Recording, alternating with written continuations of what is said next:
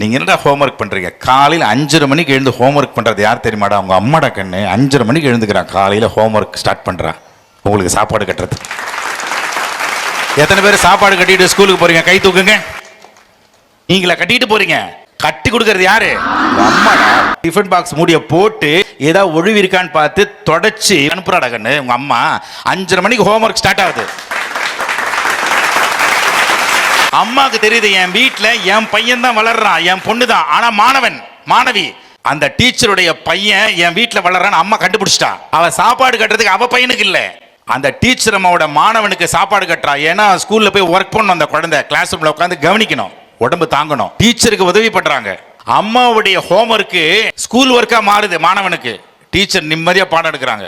மத்தியானம் கரெக்டா 12:30 மணி ஆனா பிரிப்பீங்கல்ல, சாப்பாடு பிரிக்கிறீங்களா இல்லையா? பிரிச்ச உடனே யாரை நினைப்பீங்க? ஃபர்ஸ்ட் சத்தமா அம்மாவை நினைப்பீங்க. அதே சமயம் வீட்டில் இருக்கிற அம்மா யாரை நினைப்பா? இந்நேரம் என் குழந்தை பிரிச்சிருப்பான் நினைப்பாங்கன்னு நினைக்க மாட்டாங்களா?